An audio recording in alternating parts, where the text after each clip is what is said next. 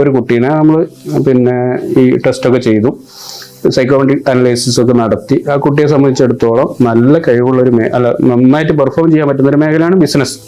അതിനുള്ള സ്കിൽസ് ആ കുട്ടിക്ക് ഉണ്ട്, പേഴ്സണാലിറ്റി ഉണ്ട്, ഇൻട്രസ്റ്റ് ഉണ്ട്, എന്തുകൊണ്ടും ആ കുട്ടിക്ക് പെർഫോം ചെയ്യാനും പറ്റും.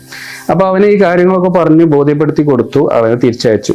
2 ദിവസം കഴിഞ്ഞതിന് ശേഷം അവൻ പറയുന്നു, അവന്റെ ജ്യേഷ്ഠൻ പറഞ്ഞിട്ടുണ്ട് അവന് പിന്നെ ഇതിന് പോകേണ്ട ആവശ്യമില്ല, MBA പോകണ്ട, കാരണം BBA പോകണ്ട, ബിസിനസ് മേഖലയിലേക്ക് പോകേണ്ട, MBA MBB ഒക്കെ കഴിഞ്ഞിട്ട് കുറെ ആളുകൾ വെറുതെ നടക്കുന്നുണ്ട്, അതുകൊണ്ട് ആ മേഖലയിൽ സാധ്യതയില്ല. മെഡിക്കൽ പരമായിട്ടുള്ള ഏതെങ്കിലുമൊക്കെ ഒരു മേഖലയിലേക്ക് പോയാൽ നിനക്ക് നന്നായിട്ട് പെർഫോം ചെയ്യാൻ പറ്റുമെന്ന് ജ്യേഷ്ഠൻ പറഞ്ഞിട്ടുണ്ടെന്ന് പറഞ്ഞു.